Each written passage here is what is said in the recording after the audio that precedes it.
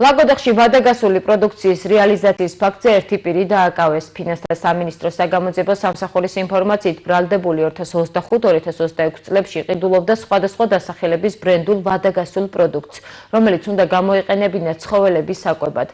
დაკავებული პირი კუსტარულად ამზადებული ბეჭდის მეშვეობით პროდუქციას ვარგისიანობის ვადას უცვლიდა და ლაგოდეხის მუნიციპალიტეტის სოფელ ქვემო გურგენიაში საკუთარი საცხოვრებელი სახლის ეზოდან ყიდდა. საქართველოს ფინანსთა სამინისტროს საგამოძიებო სამსახურის თანამშრომლებმა ჩატარებული ოპერატიულ-სამძებრო ღონისძიებებისა და საგამოძიებო მოქმედებების შედეგად სიცოცხლისა და ჯანმრთელობისთვის საფრთხის შემცველი საქონლის რეალიზაციის ფაქტზე საქართველოს ერთი მოქალაქე დააკავეს. გამოძიებით დადგინდა, რომ ბრალდებული 2025-2026 წლებში ყიდულობდა სხვადასხვა დასახელების ბრენდულ ვადაგასულ პროდუქტს, რომელიც უნდა გამოეყენებინა ცხოველების საკვებად. დაკავებული პირი კუსტარულად ამზადებული ბეჭდის მეშვეობით პროდუქციას ვარგისიანობის ვადას უსვლიდა და აღნიშნული პროდუქტის რეალიზაციას ლაგოდეხის მუნიციპალიტეტის სოფელ ქვემო გურგენიაში საკუთარი საცხოვრებელი სახლის ეზოდან ახდენდა. გამოძიების პროცესში დაგეგმილი ოპერატიულ-სამძებრო ღონისძიებების ფარგლებში ბრალდებულისგან შეძენილი იქნა ბრენდირებული ვადაგასული პროდუქცია.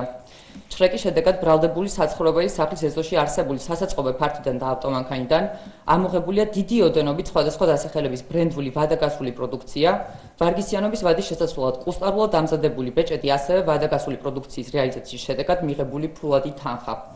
საქმეზე გამოძიება მიმდინარეობს საქართველოს სისხლის სამართლის კოდექსის 198 მუხლის პირველი ნაწილით. ფინანსთა სამინისტროს საგამოძიებო სამსახური აგრძელებს აქტიურ საგამოძიებო მოქმედებებს სიცოცხლისა და ჯანმრთელობისთვის საფრთხის შემცველი ვადაგასული პროდუქციის გამოვლენისა და ამოღების მიზნით.